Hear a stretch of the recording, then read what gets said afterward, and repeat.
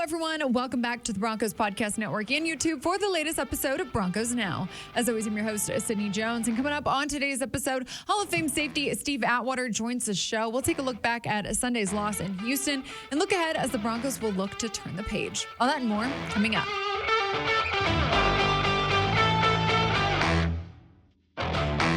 Joining me here in the Broncos Podcast studio for today's episode of Broncos Now is Hall of Fame safety Steve Atwater. Steve, thanks for joining the show today, per usual, on our Tuesdays. Yes, thank you, Siv. Thanks for having me. Of course. We're not as chippy as the last weeks have been, but hey, we're here nonetheless, and hey, we're going to break this thing down. Of course. How are you, Steve, first? How's your week going?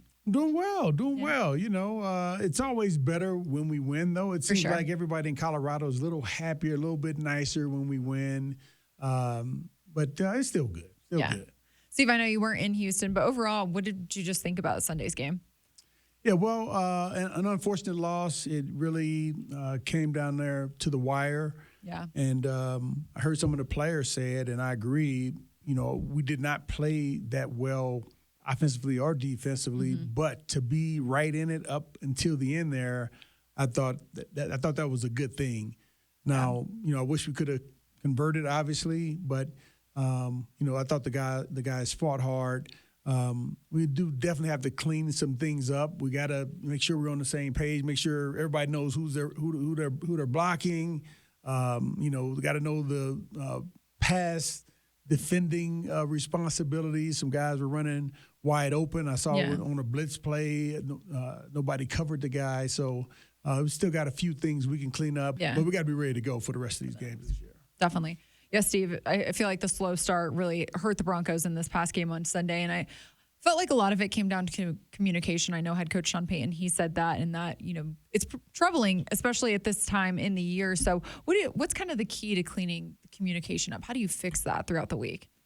It all comes back to practice, you know, and making sure that everyone is in that playbook and understands all of the adjustments that are being made. And from week to week, those change. And, you know, sometimes people are 100% sure what they have to do. And then in some games, they're probably 80% sure. But you got to get to where everybody that's going to be on that field is like 100% sure of all the adjustments that are made and, you know, all the different looks that you're going to get, how you're going to respond to them.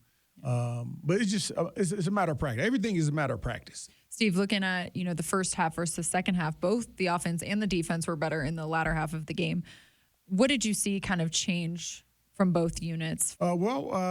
Just toughness, physicality, and, you know, we got back to doing some of the things that we had been doing well the previous games. You know, control the clock, control the time possession, keep the defense off the field a little bit. But overall, like I said, it wasn't a terrible game. It was definitely a game that was kind of out of character for the way we've played the last several weeks. But I don't think it'll be difficult to get back on track. Yeah. I know we've seen so many takeaways from this Denver defense the past several weeks. They didn't have any on Sunday, too. So hope to see them get back to that as well. Yeah, no, I agree with that. And we had some opportunities. The ball was put in the air. But you got to give those guys credit. They made some plays. They got some young players that stepped up and, you know, they were fast, quick. They were playing with a lot of passion. And, you know, I think that some of the teams that we've played, you know, we've kind of punched them in the mouth and they eased off a little bit.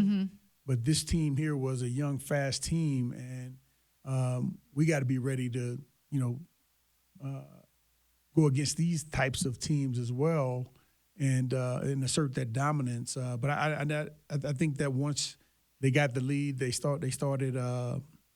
You know, they scored. They were, you know, running the ball on us. They completed some passes on us. We didn't come back with that punch, and we got to be able to do that more effectively. Well, Steve, last one about Sunday's game for you. I want to continue our player spotlight. So who was one guy that just impressed you on Sunday that you want to highlight today?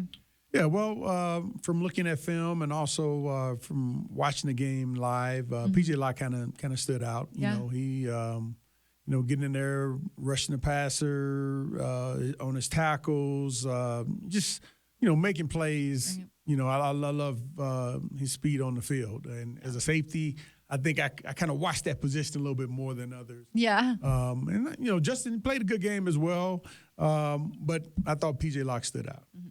Yeah, Steve, now looking ahead, we got another road game in Los Angeles this weekend. What do you think's just, I guess, the key to turning things around this week and getting back on track there? Yeah, well, I mean, we got to realize that, hey, the Chargers, they're fired up. They got a big win, a close game with the New England Patriots, and we're coming off a tough loss. Right. So we got to be able to flip it. And I think we match up really well with the Chargers, and I think we'll be able to get back on track. It's just a matter of, again, just practicing right, taking the coaching, not being above coaching, and just continuing to believe. Don't think that this one game stopped what the guys are on track for doing. And I think they'll come back with the right mentality. They'll come out and put forth another great performance. I have all the confidence in the world that they're going to do that. Yeah. I know head coach Sean Payton, he talked about how the margin is slim now for the rest of the season with just 5 games left. And a lot of the players on Monday, Steve, they talked about just the resilience that this team has, after starting the season 1-5, making it now to 6-6. How do you think they'll be able to use that mindset, that resilience that they've had to get back on the right track here for the next 5 weeks of the season? Yeah, really, to go on a streak like that, I mean, it takes that resilience. Yeah. It takes guys working together and believing in one another. And they've shown that they can do it once. And, to have a small setback. And, every game, there are going to be some mistakes. There are going to be some errors.